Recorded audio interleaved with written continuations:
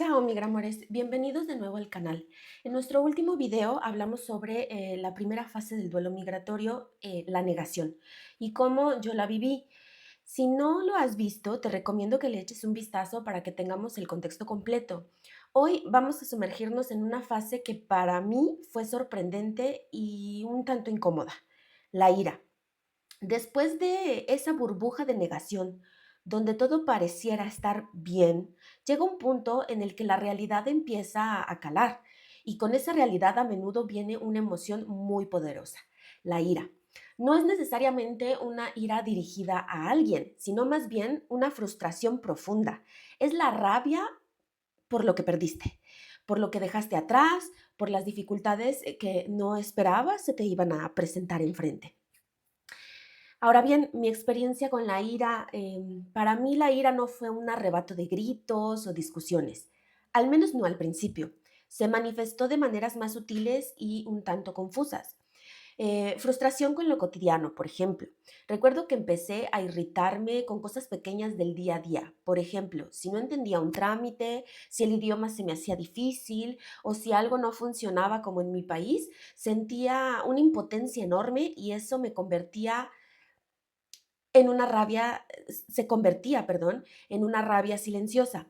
¿Por qué aquí era tan complicado? ¿Por qué no podía hacer las cosas con la misma facilidad de antes? Comparaciones constantes. Empecé a comparar todo con mi país de origen y claro, el nuevo país siempre salía perdiendo. En México esto es mejor. La gente en México es más amable. La comida de México es incomparable. Estas comparaciones me generaban un resentimiento constante hacia mi nueva realidad. Eh, También, pues, una especie de enojo con uno mismo o con la decisión que tomamos, tal vez. En mi caso, pues, no tanto con la decisión, sino conmigo misma. Hubo, momentos en los que me sentía enojada conmigo misma por haber tomado la decisión de emigrar. Me preguntaba si había sido ingenua, ¿no?, de pensar o creer que tal vez las cosas serían más fáciles. O incluso me enfadaba con las circunstancias, que me obligaron, entre comillas, a irme. Era una ira difusa, sin un objetivo claro, pero muy presente y latente. Irritabilidad social. Noté que me ponía más irritable con las personas a mi alrededor, incluso con aquellos que intentaban ayudarme, no sé, por ejemplo, mi hijo, mi esposo. A veces sentía que nadie entendía lo que estaba pasando, lo que sentía y eso me exasperaba. Lo más difícil fue que al principio no reconocía que era ira, lo confundía con estrés, con cansancio o simplemente con un mal día. Pero cuando empecé a sentir esa llama interna, esa molestia constante, fue cuando entendí que estaba en la fase de ira. Ahora bien, ¿cómo manejar la ira en el duelo migratorio? Primero tienes que reconocer que estás en esta fase, es el primer paso. Si te sientes identificado con esto, aquí hay algunas cosas que a mí me ayudaron. Uno, identifica el origen. Intenta entender qué es lo que realmente te está frustrando o enojando. ¿Es la burocracia, la barrera del idioma, la soledad? Darle un nombre, pues nombrarlo ayuda a gestionarlo.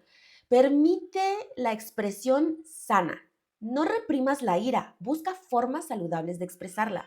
A mí me ayudó mucho escribir en un diario, hacer ejercicio físico, no sé, salir a caminar o incluso hablar con un amigo de confianza que simplemente me escuche sin juzgar.